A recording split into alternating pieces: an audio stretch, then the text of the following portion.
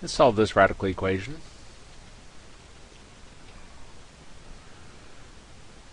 Get square root of x plus 8 is equal to x plus 2. Now remember our steps for solving a radical equation. First step is get a radical by itself. Well, we have a radical by itself. There's nothing in front of it, there's nothing after it. So step 2 was to take both sides to a power equal to the index. If you get a square root, you square both sides. So we'll go ahead and square both sides. Now when your index matches the power you're raising it to, then they cancel each other away. So here we're left with x plus 8. Now x plus 2 squared, we have to write as x plus 2 times x plus 2. And then x times x is x squared, x times 2 is 2x, 2 times x is 2x, and 2 times 2 is 4. Always combine together like terms at any step. 2x plus 2x gives us 4x. We now have a quadratic equation. To solve a quadratic equation, you want to get 0 on one side and get everything else on the other side.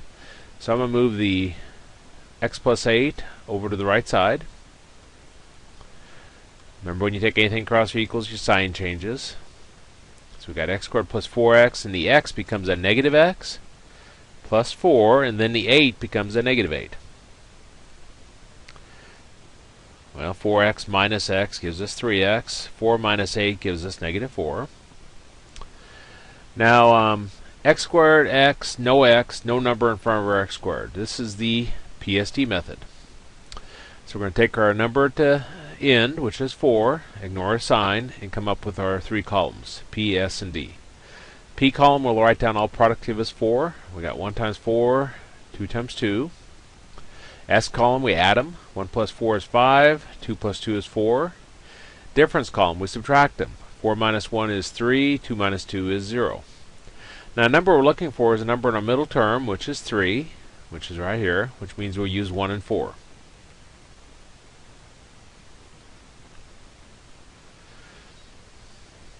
Now remember, your largest number in your P column that you're using, which in our case is a 4, will always be the same sign as the middle term, which is positive.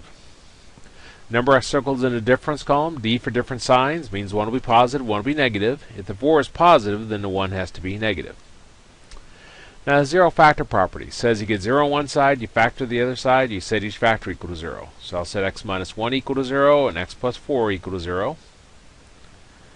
And we get x equals 1 and x is equal to negative 4. Now remember, we have to check our answers, because you get the right answers using this method, but you also get false ones.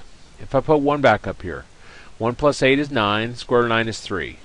If I put 1 over here, 1 plus 2 is 3, so we get 3 equals 3. So that checks. Negative 4. Negative 4 plus 8 is 4, square root of 4 is 2, so this side would be 2. If I put negative 4 over here, negative 4 plus 2 is negative 2, so I'd get 2 equals negative 2. So this one doesn't check. So our only answer is x equals 1.